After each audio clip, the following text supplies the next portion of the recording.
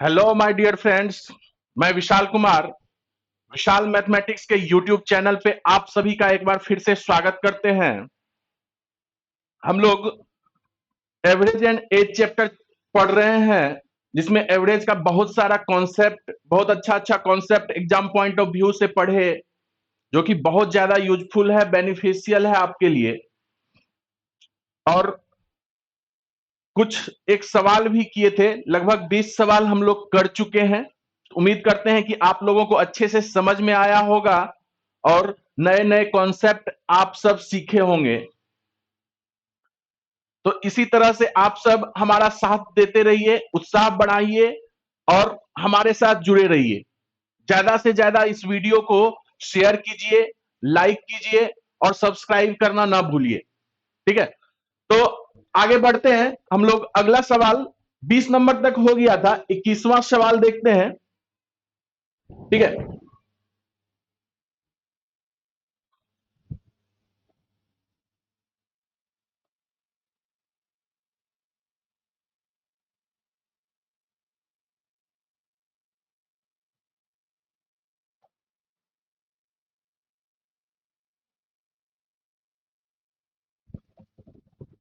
ठीक है, कह रहा है कि कुछ प्रथम लगातार प्राकृत संख्याओं का औसत जो दिया हुआ है वह 16.5 है। कुछ ही लगातार, अब कितना लगातार है यह हमको नहीं पता, लेकिन कुछ प्रथम लगातार, शुरुआत से कुछ लगातार प्राकृत संख्या है, उसका औसत जो है वह 16.5 है। तो उसका योग ज्ञात करने के लिए आपसे बोला है। तो सबसे पहले n प्राकृत संख्या का योग कितना होता है? 1 2 3, इस तरह से अगर दिया हुआ है n तक, तो इसका योग क्या हो जाता है? n into n+1/2। ये लगभग हर एक स्टूडेंट को मालूम होगा। योग यही हमको निकालना है। अब n का वैल्यू हमको पता चलेगा तब ना योग निकालेंगे। औसत एक मात्र इंफॉर्मेशन हमको दिया हुआ है कि कुछ लगातार प्राकृत संख्या का औसत जो है वह 16.5 दिया हुआ है। तो अगर एवरेज का बात करेंगे, n प्राकृत संख्या का एवरेज का बात करेंगे, तो एवरेज क्या होता है कि योग में जितना संख्या है उससे भाग दे देंगे। तो n संख्या है, n से इस योग में भाग दे दीजिए, भाग दे दिए, n से n कट गया, तो यहां से आपका क्या दिख रहा है? एवरेज जो है n+1/2। According to the question यह आपको एवरेज कितना दिया हुआ है? 16.5 दिया हुआ है, 16.5। अब यहां से n हमारा निकल के आ जाएगा कि नहीं? तो n निकालिएगा तो ये क्रॉस मल्टीप्लीकेशन 16.5 गुना 2 33 हो जाएगा। 33 में से एक चला गया तो n बराबर हमारा क्या हो गया? 32 हो गया। अब देखिए ना, योग ही तो हमको निकालना है, तो योग बराबर क्या होगा? योग बराबर हमारा है n इंटू n का वैल्यू आ चुका है अब 32 गुने 32+1 33 बट्टे में 2। ठीक है, ये कटा दीजिए आप। 16×3 = 48, बाकी 4, 16×3 = 48, 4 52, यानी कि 528 आपका योग आएगा। प्रथम कुछ प्राकृत संख्या का योग आएगा 528। क्लियर है? तो ऐसे सवाल प्राय जनरली हर एक एग्जाम में कहीं ना कहीं देखने को मिल जाता है। तो इस तरह के सवाल के लिए कुछ बेसिक्स फार्मूला है, वो हमेशा ध्यान में रखिएगा। 1 से लेके n तक का योग क्या होता है? हर एक प्रथम n संख्या के स्क्वायर का योग क्या होता है? क्यूब क्या होता है? और प्रथम सम संख्या का योग क्या होता है?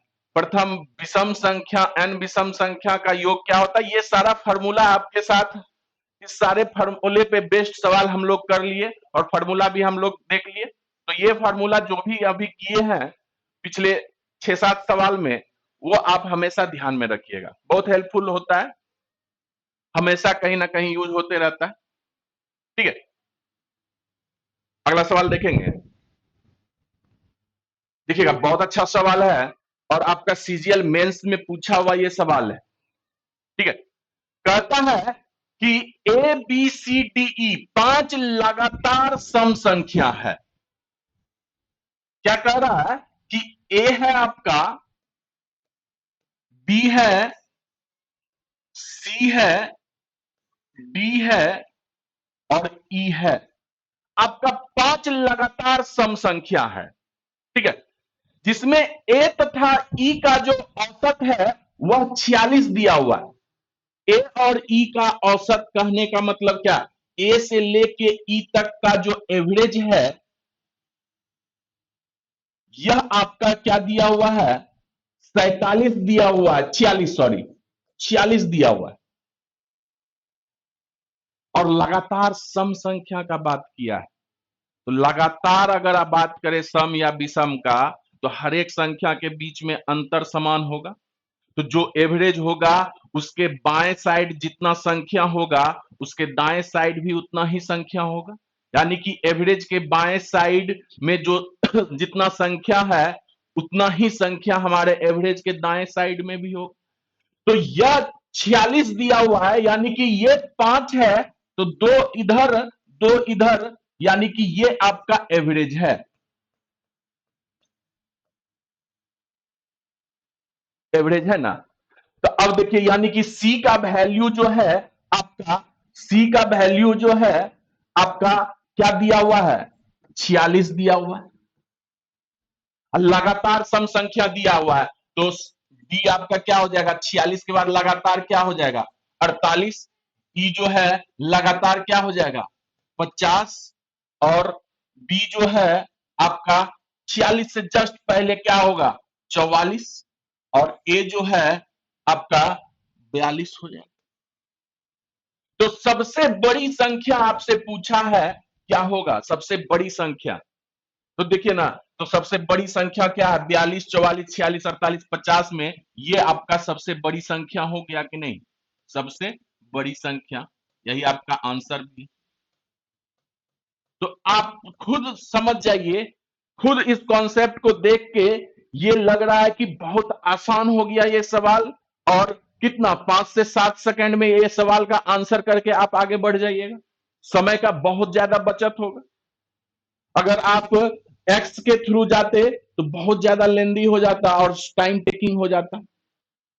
तो इस तरह के कॉन्सेप्ट में हमें पूरा कमांड करना है और इसी पे प्रैक्टिस करेंगे पूरा एवरेज चैप्टर। क्लियर है। चलिए अगला सवाल देखते हैं। अब देखिए, दिया हुआ है, ये भी अच्छा सवाल है, ये भी पूछा हुआ सवाल है। ए बी सी डी 5 लगातार इस बार विषम संख्या दिया हुआ। ये A B C D E जो है 5 लगातार विषम संख्या है। इस बार विषम संख्या का बात किया है, A B C D E 5 लगातार विषम संख्या का बात किया। अब देखिए आगे कहता है कि बी तथा डी का औसत जो है 47 है। तो बी तथा डी देखिए, तो बी तथा डी, बी यहां है और डी यहां है, तो बी तथा डी का एवरेज क्या हो जाएगा, ये वाला एवरेज हो जाएगा कि नहीं, सी एवरेज हो जाएगा कि नहीं। अरे विषम संख्या लगातार दिया हुआ है तो हर एक संख्या के बीच का अंतर समान होगा ना, दो दो का अंतर पे आएगा ना हर एक विषम संख्या है। तो एवरेज जब दिया हुआ है यानी कि ये बी और डी का एवरेज सी होगा। एवरेज के दाएं साइड भी बराबर संख्या, एवरेज के बाएं साइड भी बराबर संख्या, एक संख्या दोनों साइड है। ये आपको 47 दिया हुआ है, यानी सी का वैल्यू आपको 47 दे दिया है, जो कि खुद एक विषम संख्या है। अब देखिए ना, 47 के बाद सी के बाद क्या है, डी है। 47 के बाद कौन सा आपका आएगा विषम संख्या, 49। उसके बाद ई है 49 के बाद कौन सा विषम संख्या आएगा 51, 47 से जस्ट पहले सी से पहले बी है तो बी का वैल्यू हो जाएगा 45 और 45 से जस्ट पहले आपका कौन सा विषम संख्या होगा 43 हो जाएगा। क्लियर है? तो आपसे क्या पूछ दिया कि सबसे बड़ी संख्या ज्ञात कीजिए। बड़ी संख्या मेरा क्या दिख रहा है, यही है सबसे बड़ी संख्या। सबसे बड़ी संख्या यानी कि आंसर जो है आपका वह 51 है, ऑप्शन बी। तो ऐसे सवाल में एकदम तुरंत आंसर कीजिएगा, बहुत ज्यादा यूजफुल है और बहुत अच्छा कॉन्सेप्ट है। ठीक है, चलिए अगला सवाल देखें। 5 लगातार सम संख्या, 5 को लगातार सम संख्या बोला है। 5 लगातार सम संख्या और विषम संख्या, 5 को लगातार सम संख्या और 5 को लगातार विषम संख्या का औसत का योग जो है 35 है। यानी कि कोई भी 5 सम संख्या लिए, लगातार सम संख्या कोई भी, ठीक है, उसका औसत लिए, फिर कोई भी 5 लगातार विषम संख्या लिए, उसका औसत निकाले। सम संख्या लगातार 5 को सम संख्या का औसत और लगातार 5 को विषम संख्या का औसत, दोनों के औसत का योग जो आपको दिया हुआ वह 35 दिया हुआ। ठीक है, और उसके बाद एक और इंफॉर्मेशन दिया हुआ, यदि सबसे बड़ी संख्या 28 है, यानी कि जितना भी संख्या लिए हैं उसमें सबसे बड़ी संख्या 28 है, तो सबसे छोटी विषम संख्या ज्ञात कीजिए। सबसे छोटी विषम संख्या, एक इंफॉर्मेशन हमको, एक क्लू तो मिल गया कि सबसे बड़ा संख्या जो है वह 28 है। तो 28 से बड़ा संख्या तो कोई नहीं है इसमें, तो सबसे बड़ा संख्या 28 ले लिए। अब 5 लगातार सम संख्या का बात किया है तो 28 मेरा क्या है, सम संख्या है, 2 से विभाजित है, तो 28 से बड़ा संख्या हो नहीं सकता है, तो 5 को लगातार इससे कर दीजिए। तो इससे पहले वाला क्या होगा 26, 24, 22, 20, ये आपका सम संख्या हो गया, इवन नंबर हो गया ये। अगर इस 5 लगातार सम संख्या का एवरेज का बात कीजिए तो हर एक सम संख्या के बीच में अंतर समान है, तो एवरेज के बाएं साइड जितना संख्या होगा एवरेज के दाएं साइड भी उतना ही संख्या होगा। तो यहां 5 गो टोटल संख्या है, तो एवरेज जो है बीच वाला होगा, यानी कि 2 बाएं साइड है संख्या, 2 दाएं साइड है संख्या, तो सम संख्या का एवरेज निकल गया। अब हमको विषम संख्या निकालना है?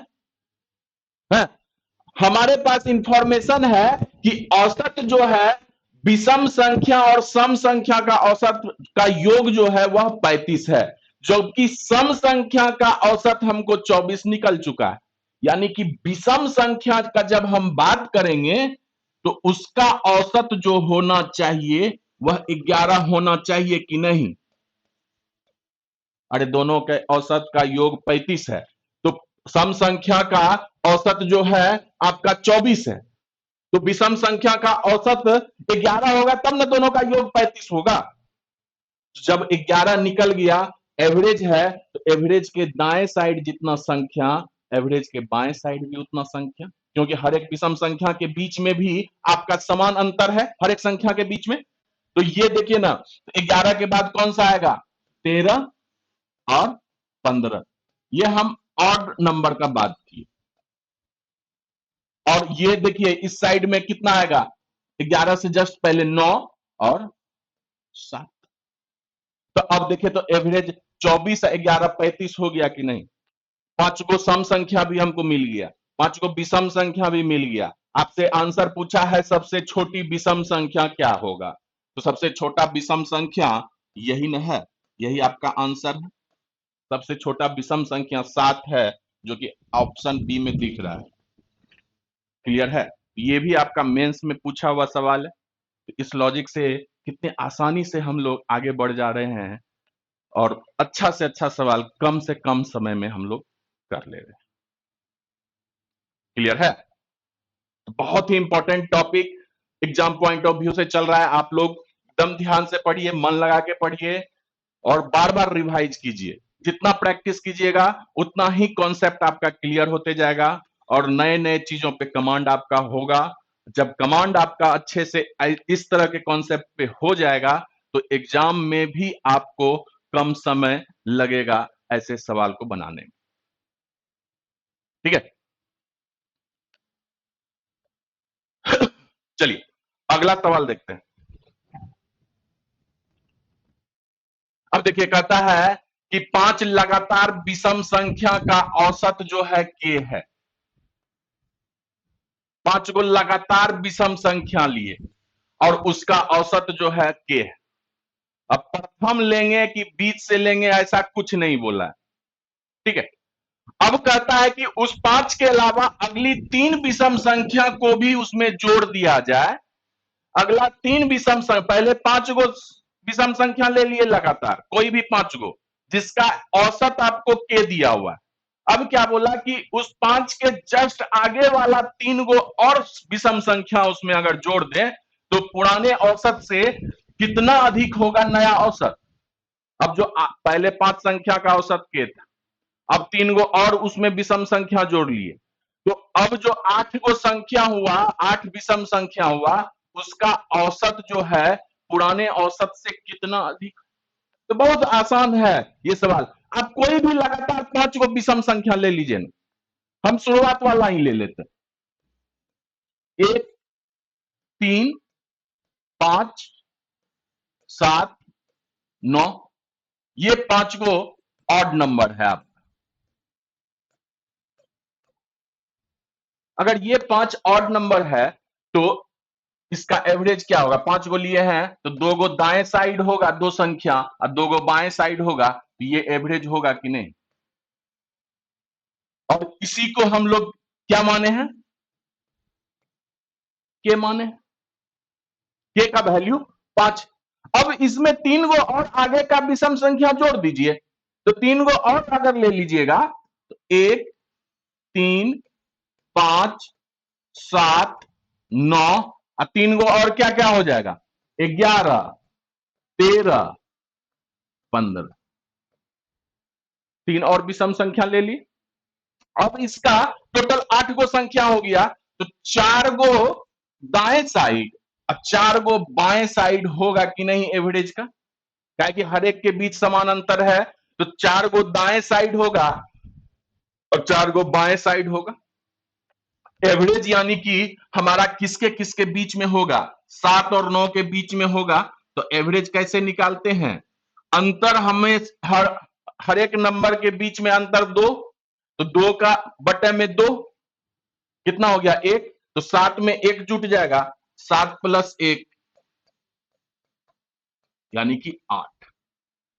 पहले था आपका 5 विषम संख्या लिए तो उसका एवरेज 5 आ रहा था, अब उसके आगे 3 गो और विषम संख्या जोड़ दिए तो अब एवरेज कितना आ जा रहा है, 8 आ जा रहा है। तो पहले से कितना अधिक आ रहा है, 3 ही अधिक ना आ रहा है।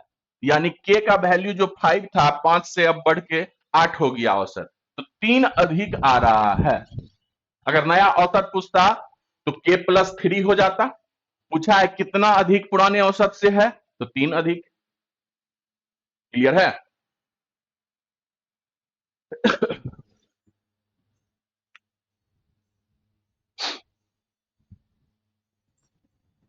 चलिए अगला सवाल देखेंगे। अब देखिएगा, 8 संख्या का औसत जो है वह 12 है। टोटल 8 संख्या है, उसका औसत 12 है। ठीक है, यदि प्रत्येक प्रत्येक ये है, यदि प्रत्येक संख्या को 5 से गुना किया जाए तो नया समूह की संख्याओं का औसत क्या होगा।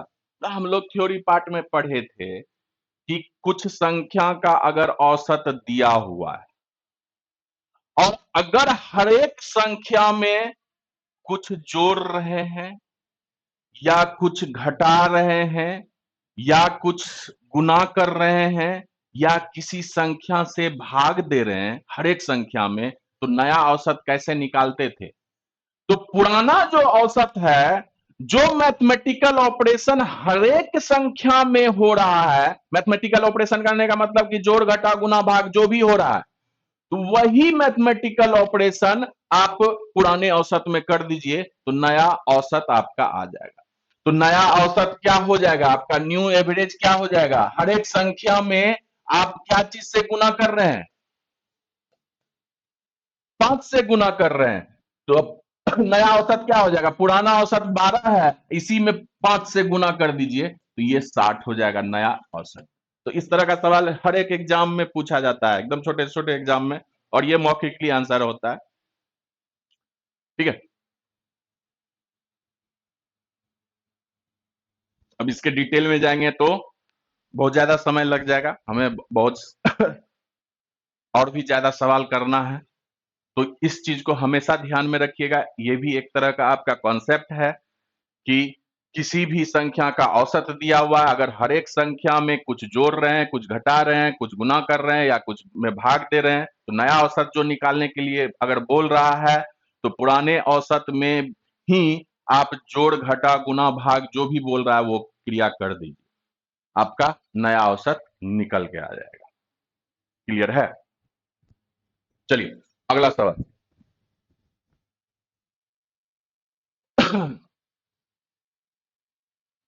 देखिएगा, 5 संख्या का औसत जो है वह 40 है। यदि एक नया संख्या जोड़ दिया जाए, एक नया संख्या जोड़ दिया जाए तो नया औसत 42 हो जाता है। 5 गो संख्या है, उसका औसत हमको 40 दिया हुआ है। अब कहता है कि एक नया संख्या जोड़ दिए, कोई नया संख्या आया जिससे अब नया संख्या यानी कि एक छठा संख्या जोड़ दिए उसमें, पहले 5 संख्या था उसका औसत 40 था, अब एक नया संख्या यानी छठा संख्या आ गया और उसको जोड़ दिए तो नया जो औसत यानी कि 6 संख्याओं का औसत जो है वह 42 हो जा रहा है, यानी कि पहले 40 था तो अब 42, 2 से औसत आपका बढ़ जा रहा है। तो नया संख्या का नयो लिख दिया है, नया होगा, नया संख्या ज्ञात कीजिए, यह आपसे पूछा है। तो पहले एकदम बेसिक से देखेंगे कि अगर पांचों संख्या का औसत 40 दिया हुआ है तो 5 संख्या का योग क्या होगा बताइएगा? 5 संख्या का योग क्या होगा?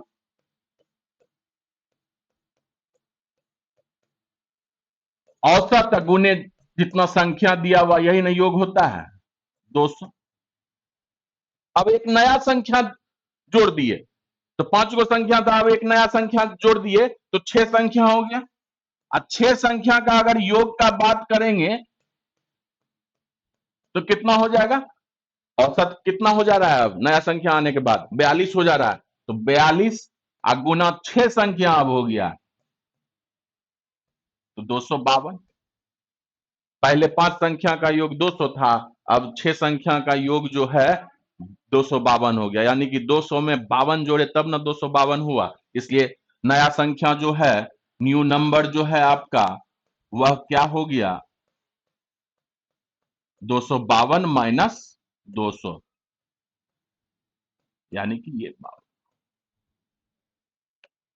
Right answer A. तो ये आपका पूरा बेसिक तरीका हो गया।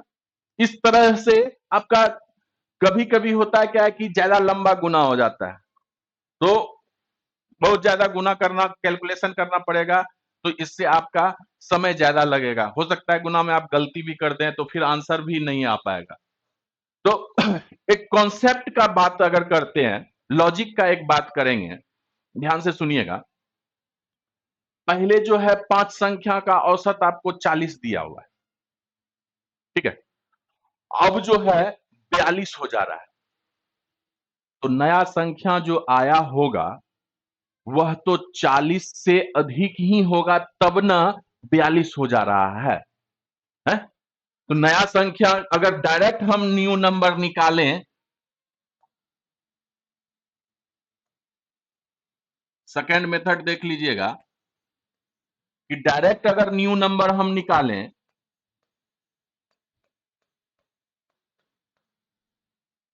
पहले जो 40 औसत था उससे अधिक रहा होगा छठा संख्या, नया संख्या, तब ना आपका बढ़ गया होगा 2 से बढ़ जा रहा है औसत, तो यानी कि 40 से 42 हो जा रहा है? तो यानी कि नया नंबर जो है 40 से अधिक होगा। अब कितना अधिक होगा यह आपको निकालना है, ठीक है। तो औसत कितना से बढ़ रहा है? 2 से बढ़ रहा है, यानी कि पहले 40 था, अब 42 हो रहा है, यानी कि 42 माइनस 40, 2 से बढ़ रहा है। तो 2 से अब टोटल हर एक नंबर को बढ़ा दीजिए, यानी कि कितना नंबर है? 6 नंबर है, 600। या नहीं तो एक और चीज, एक और लॉजिक लगा सकते हैं कि औसत जो है 42 है, ठीक है, यानी कि छठा नंबर जैसे जुटा तो वह 42 हो गया, ठीक। 42 अब प्लस कितना से बढ़ा था? 2 से बढ़ा था। अब छठा नंबर 42 ले ही लिए हैं, तो संख्या अब मेरा 5 ही ना बढ़ा, 5 ही बचाना, तो पांचों संख्या को 2 से बढ़ा दीजिए, तो यहां से आपका आंसर जो है वह आ जाएगा 2 छा के 12, 40, 52 आपका आंसर है। क्लियर है? तो ये बहुत अच्छा कॉन्सेप्ट है, इसमें घबराने वाली बात नहीं है, उलझने वाली बात नहीं है, एकदम लॉजिकल बात है कि औसत अगर किसी संख्या के आने से बढ़ रहा है तो समझिए कि वह नया संख्या जो है वह पुराने औसत से अधिक है, पुराने औसत से अधिक है। 40 प्लस कितना से अधिक है? तो 2 से औसत बढ़ रहा है, 2 से औसत बढ़ा दिए और टोटल क्या गो संख्या हो गया था? 6 संख्या हो गया, 2 गुना 6। या नहीं तो छठा नंबर ले लिए 42, अब जो बचा मेरा 2 से औसत बढ़ा तो पांचे को संख्या को ना बढ़ाएंगे, 5 को संख्या को बढ़ा दी 52। तो क्लियर है? तो ऐसा सवाल एकदम हर एक तरह के एग्जाम में, एसएससी से लेके बैंक से लेके रेलवे, स्टेट एसएससी, कोई भी डिफेंस एग्जाम, हर एक जगह ये पूछा जाता है। और इस तरह का आगे के टाइप में भी हम इस तरह का बहुत सारा सवाल करेंगे, ठीक है। तो इस ऐसे सवाल पे भी हम लोग बहुत प्रैक्टिस करने वाले हैं, तो इसमें कुछ ज्यादा नया है नहीं, ठीक है। ऐसे कॉन्सेप्ट पे भी हम लोग कमांड करेंगे। चलिए आगे का सवाल देखते हैं। देखिएगा, कहता है कि 3 संख्याओं में दूसरी संख्या पहली से दोगुनी, पहला से दोगुना, दूसरी संख्या पहली से 3 गुनी है और तीसरी से 3 गुनी है। ध्यान से देखिएगा, लैंग्वेज का खेल है और कुछ नहीं है। किसको कंपेयर कर रहे हैं? दूसरी संख्या को।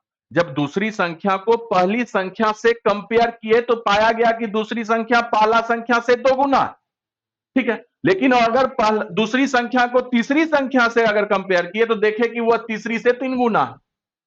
यदि तीनों संख्याओं का औसत 44 है तो सबसे बड़ी संख्या ज्ञात कीजिए, यह आपसे पूछा है। तो हमको 3 संख्या खोजना है। तो सबसे पहले तो तीनों संख्या का अगर औसत 44 दिया हुआ है तो तीनों संख्या का योग क्या होगा बता दीजिएगा। बहुत आसान, बोलिएगा कि 44 गुना 3, यानी कि 4 तिहाई 12, 132 हो गया। अब यही 132 में तीनों संख्या में टूटेगा। ये पहला संख्या होगा, ये दूसरा संख्या होगा और तीसरा संख्या होगा। अब लैंग्वेज पे आ जाएंगे। दूसरी संख्या को कंपेयर किए हैं, पहली संख्या से 2 गुना, पहला संख्या से ये 2 गुना और तीसरी से 3 गुना है। तो अगर तीसरा संख्या अगर आपका 1 है तो दूसरा संख्या तीसरा से 3 गुना है तो यह 3 हो जाएगा कि नहीं? सिंपल है, 1 से 3 गुना 3 हो गया। अब कहता है कि दूसरी संख्या पहली से दो गुना है, तो इससे 2 गुना है यह 3। तो क्या चीज हम करें कि इसका 2 गुना हो जाएगा?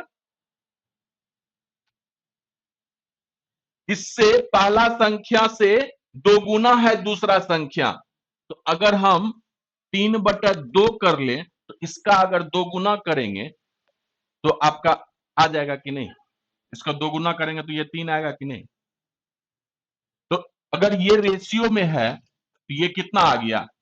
2 से सब में गुना कर दीजिए, 3 6 2। अब टोटल योग 132 है, तीनों संख्या 3 6 2 के रेशियो में टूटा, तो ये अगर देखिएगा अनुपातिक योग जो है आपका 6 3 9 2 11, एक्चुअल में योग कितना है आपका 132। अनुपातिक योग को एक्चुअल योग से कंपेयर कीजिए, ये देखिएगा आपका 12 गुना है कि नहीं। तो आपसे क्या पूछा है? सबसे बड़ी संख्या, तो अनुपात में सबसे बड़ी संख्या कौन सा दिख रहा है? 6 है सबसे बड़ी संख्या, तो इसका भी 12 गुना कर दीजिए, आपका आंसर आ गया 12 छाके 72। ये ऑप्शन सी सही। क्लियर है? तो बहुत अच्छा सवाल था। एक्स वगैरह नहीं मानते हैं ऐसे सवाल में, जितना एक्स से बचिएगा उतना ही आपको कम समय लगेगा। हाँ, कहीं कहीं कुछ ऐसे सवाल है, बहुत सारे ऐसे सवाल हैं जहां पे आपको कुछ ना कुछ वेरिएबल मानना ही पड़ेगा। तो वहां पे हम क्या, कोई भी दुनिया का कोई भी शख्स वो चीज छोटा नहीं कर सकता, लेकिन हम अगर कॉन्सेप्ट वाइज चले, इस तरह के सवाल को अगर रेशियो से डील करें तो बहुत कम समय में आ जाएगा। तो इसमें ना कुछ याद करने का है ना कुछ ये करने का, सिर्फ हमारा लॉजिक क्लियर होना चाहिए और लैंग्वेज पे थोड़ा सा ध्यान दीजिएगा, तो ऐसे सवाल आप फटाक से करके आप आगे बढ़ जाइएगा। क्लियर है?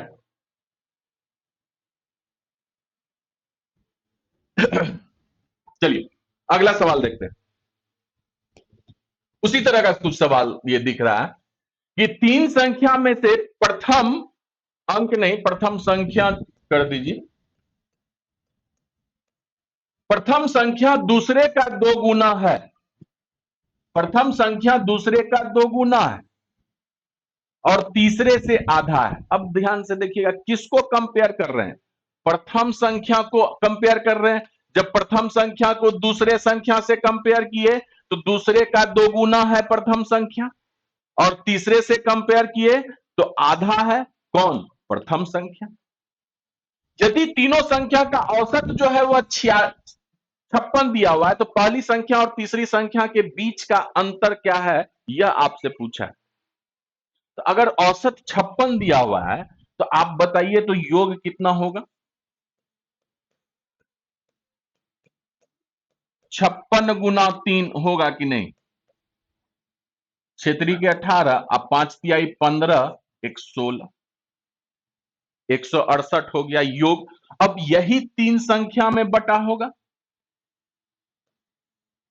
ये पहला संख्या है, ये दूसरा संख्या है और यह तीसरा संख्या है। अब देखिए ना क्या कहता है कि पहला संख्या को कंपेयर कर रहे हैं, दूसरे का दो गुना है और तीसरे से आधा है।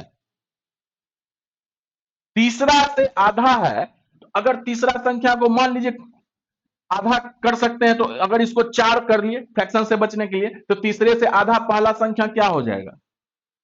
2। और पहला और तीसरा संख्या मिल गया।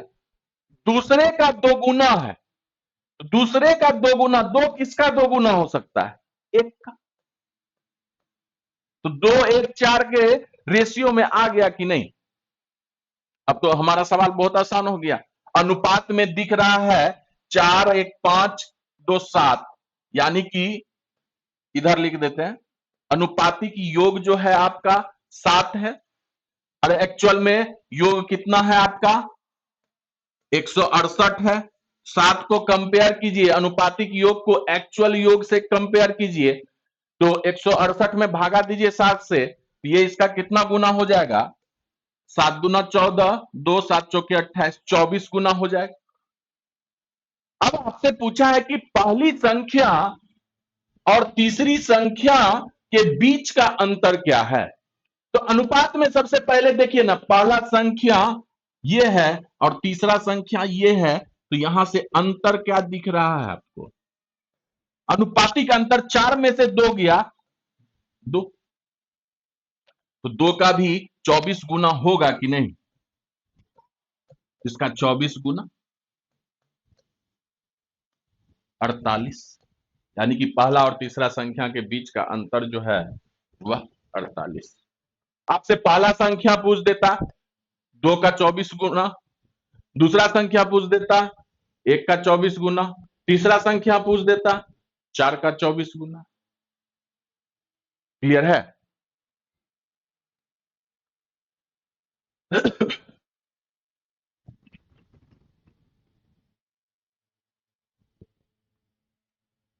चलिए अगला सवाल देखते हैं। 3 संख्या का औसत 45 दिया हुआ है। 3 संख्या का औसत जो है वह 45 दिया हुआ है। पहली संख्या औसत से उतना ही अधिक है जितना कि दूसरी संख्या औसत से जितना कम है। देखिएगा एकदम सिंपल सवाल है।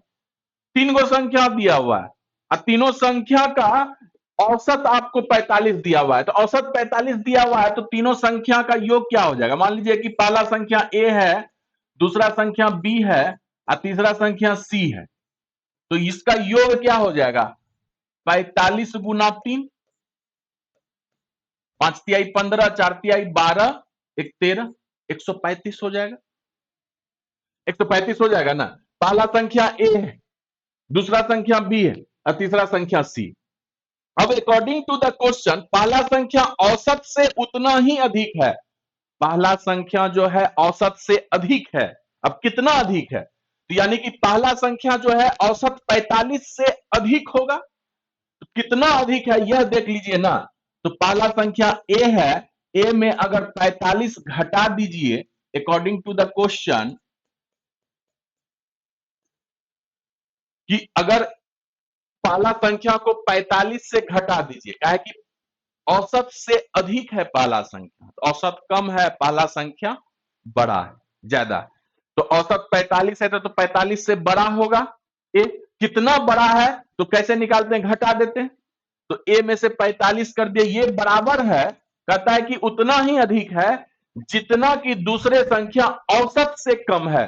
दूसरा संख्या जो है औसत से कम है, यानी कि 45 से कम है, तो बड़ा में से छोटा घटाएंगे, यानी कि 45 माइनस दूसरा संख्या क्या है? बी है। बी को इधर लेके आए तो आपका दिख गया कि a प्लस बी बराबर आपका दिख रहा है कि 90 हो गया। 45 को इधर लेंगे, 45 45 90। तो अब देखिए ना, इक्वेशन मेरा बना हुआ a प्लस बी प्लस सी बराबर आपका 135 दिया हुआ है। तो तीसरा संख्या आपसे पूछा यानी कि सी पूछा है, तो इसमें a प्लस बी का वैल्यू पुट कर देंगे। इसलिए a प्लस बी प्लस सी जो आपको दिया हुआ है 135, तो ये आपका वैल्यू पुट कर देंगे 90। इसलिए सी का वैल्यू आ जाएगा 135 माइनस 90 कर दीजिए, 45 हो जाएगा। Option D. तो बहुत आसान सवाल था। क्लियर है?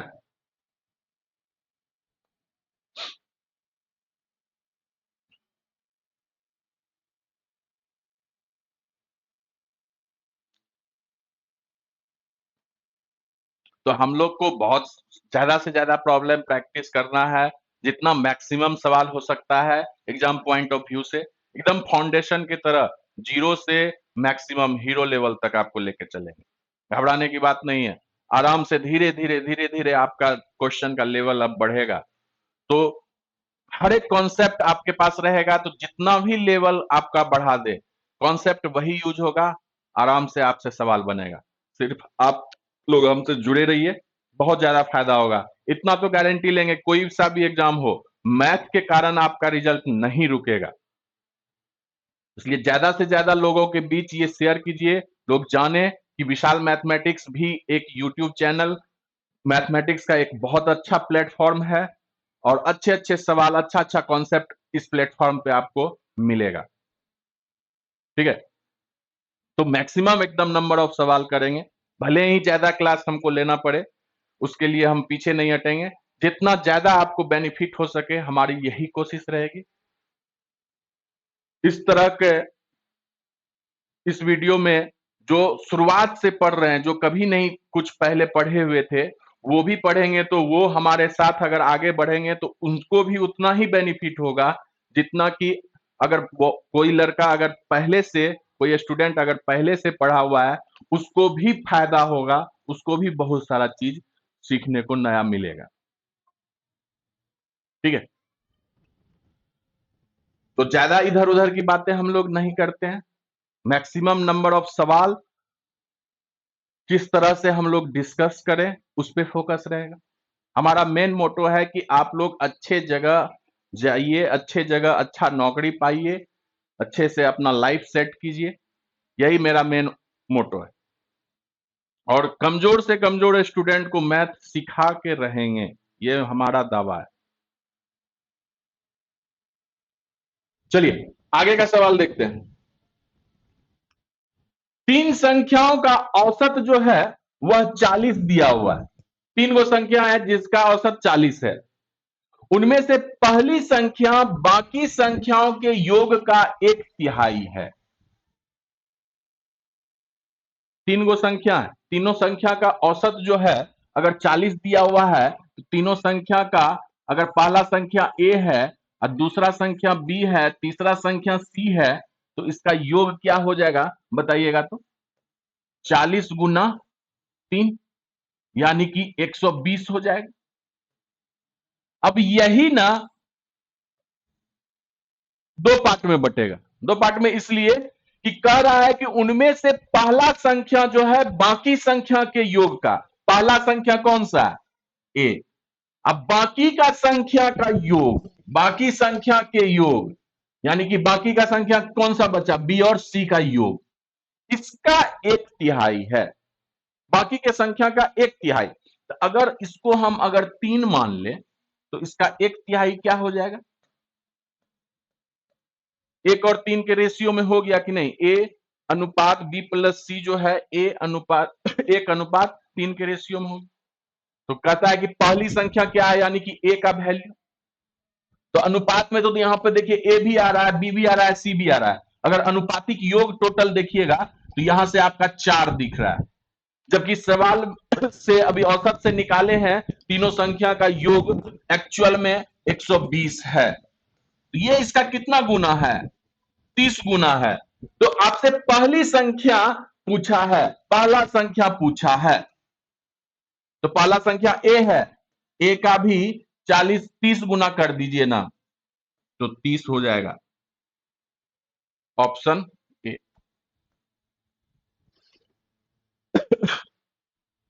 तो एक्स वगैरह नहीं मानना है।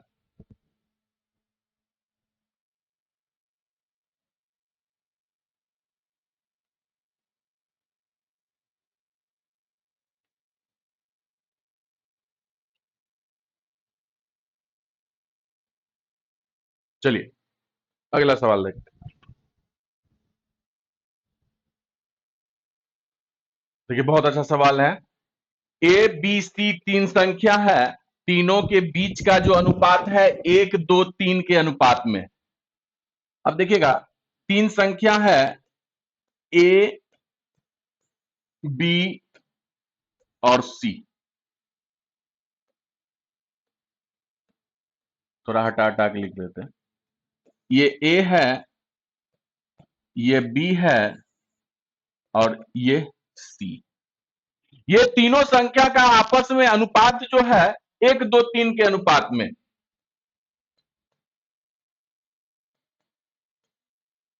ठीक है, और उनका औसत जो है वह 600 है। तीन गो संख्या है और तीन संख्या का औसत 600 है, तो तीनों संख्या का योग क्या हो जाएगा? अगर a प्लस बी प्लस सी का अगर हम बात करें, तीनों संख्या का योग क्या हो जाएगा? 600 गुना 3 1800 हो जाएगा कि नहीं? तीनों संख्या का योग आपका कितना हो जाएगा? 1800 हो जाएगा। तो यहां पर अगर देखिएगा, कहता है कि ए में 10% का वृद्धि, अब बी में 20% का कमी, तो औसत में 5% का वृद्धि प्राप्त करने के लिए सी में कितना वृद्धि करना होगा? प्रतिशत नहीं, कितना वृद्धि करना होगा, यह आपसे पूछा है। तो ध्यान से देखिएगा, बहुत आसान सवाल है। पहले तो प्रतिशत वृद्धि करेंगे या कमी करेंगे ए बी में, तो पहले ए का एक्चुअल वैल्यू हमको पता होना चाहिए। तो यहां से देखिए ना, अनुपातिक योग कितना है? 6। 6 जब अनुपातिक योग है, तो टोटल आपका एक्चुअल में योग कितना निकला है? 1800। ये इसका कितना गुना है देखिए तो, 300 गुना है कि नहीं? तो हर एक संख्या अपने आप में 300 गुना होगा। तो ये जो है आपका, यह भी 300 गुना होगा, 300। यह भी आपका 300 गुना होगा, 600। और यह भी आपका 300 गुना होगा, 900। अब अकॉर्डिंग टू द क्वेश्चन आपको क्या कह रहा है कि ए में 10% का वृद्धि कर रहे हैं। तो ए में 10% का अगर जब वृद्धि कीजिएगा, 10% का वृद्धि किए, तो इसका 10% कितना? 300 का 10% कितना? एक अंक के बाद दशमलव दाएं साइड से दे दीजिए ना, 10% निकल जाता है। तो 30 होगा, 30 जोड़ दीजिए तो उसमें कितना हो गया? 30, 330 हो गया। और बी में 20% का कमी कर दिए, बी में 20% का कमी कर दिया, तो बी मेरा कितना है? 600 है। इसमें 20% का थोड़ा सा कमी कर दीजिए आप। थोड़ा सा क्यों? पूरा का पूरा 20% कम करना, ठीक है। तो 20% इसका कितना? 120। एक अंक के बाद दशमलव, 10%। तो यानी कि 10% 60, तो 20% कितना? 60 गुना 2, 120। 120 इसमें से घट जाएगा क्योंकि कम हो रहा है, तो ये कितना हो जाएगा? 480। उसके बाद कहता है कि औसत में 5% का वृद्धि। तो औसत में 5% का वृद्धि करने का मतलब है कि हमारे योग में भी 5% का वृद्धि होगा। तो योग आपका है 1800, और इसमें 5% का वृद्धि अगर कर दीजिए, तो 1%, 2 अंक के बाद दशमलव दे दीजिए, ठीक है। 2 अंक के बाद दशमलव दे दीजिए, सॉरी,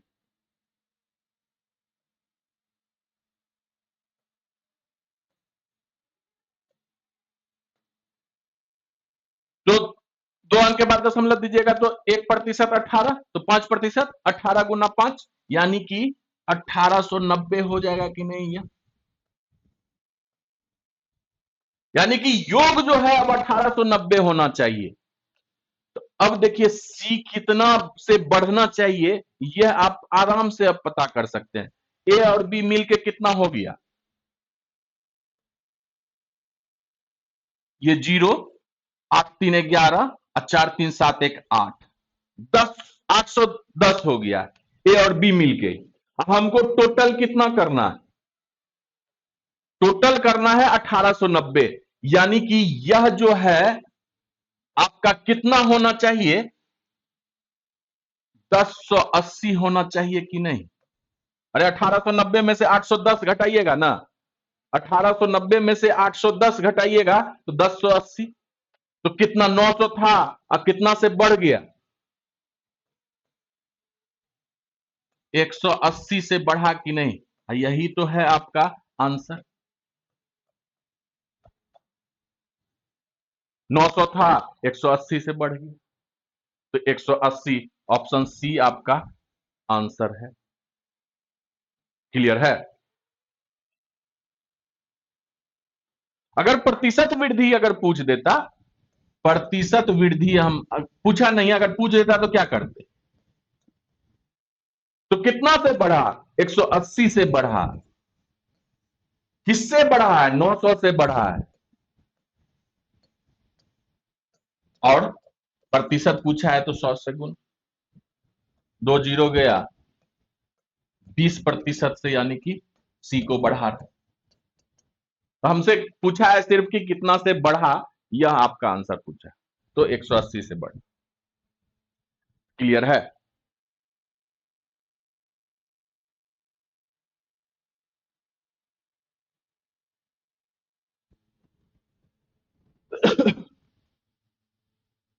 चलिए आगे का सवाल देखते। 33 नंबर सवाल। 5 संख्या का औसत है आपका 56। ठीक है, पहली 4 संख्या का औसत जो है, 5 संख्या का औसत 56 आपका दिया हुआ है।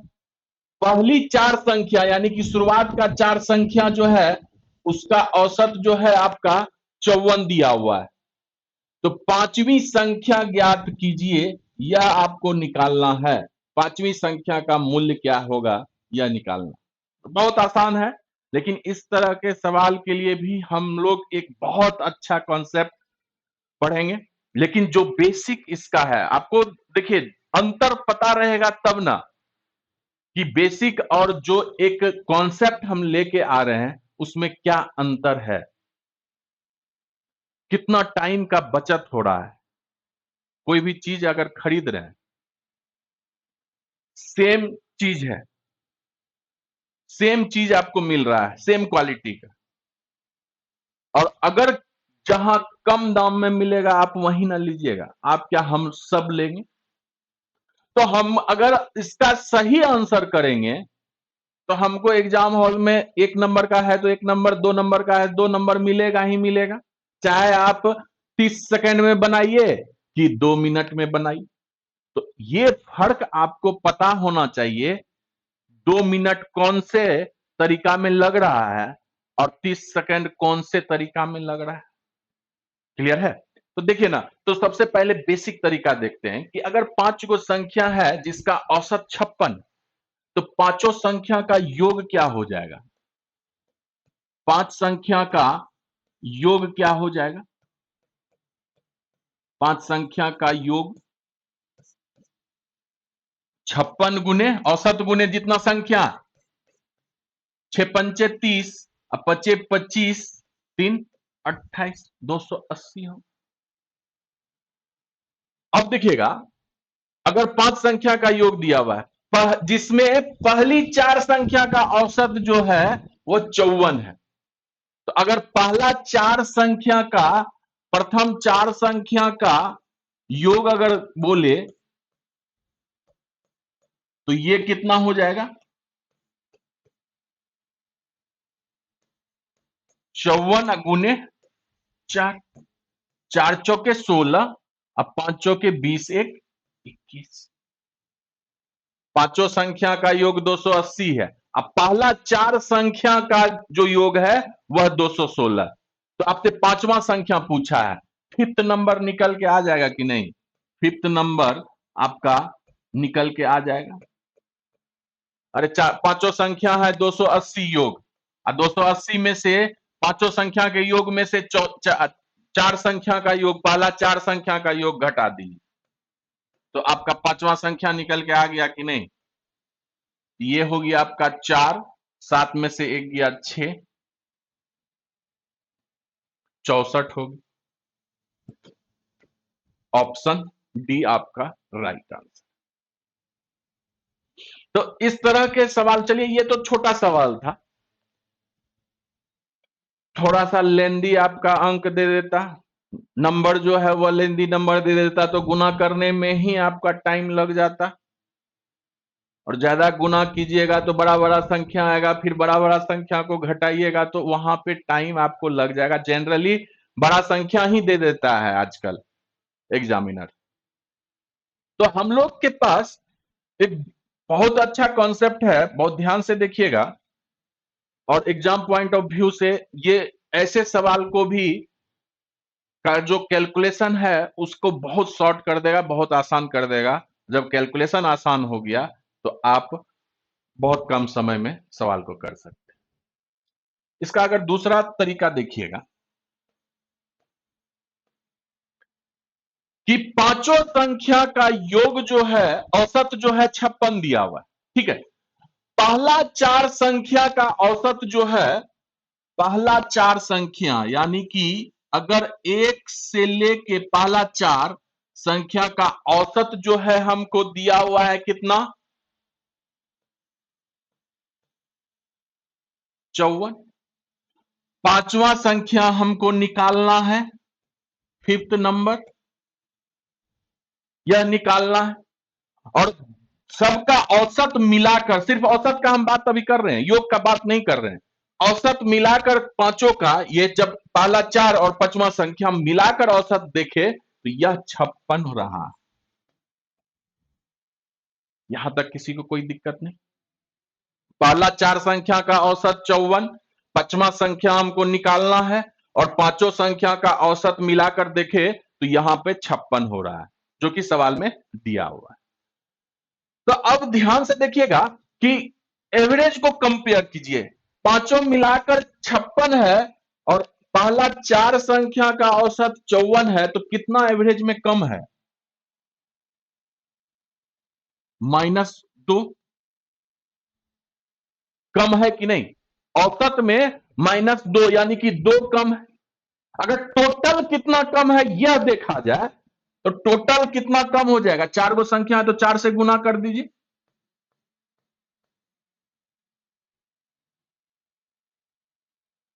-8। अब हमेशा दाएं साइड को हमेशा आप क्या कीजिए कि 0 करने का कोशिश कीजिए। अगर ये -8 है, हमेशा ये दाएं साइड, बराबर के दाएं साइड जो भी है इसको 0 कीजिए। ये अगर -8 टोटल में है तो ये फिफ्थ नंबर क्या होगा, +8 होगा कि नहीं, +8 टोटल में।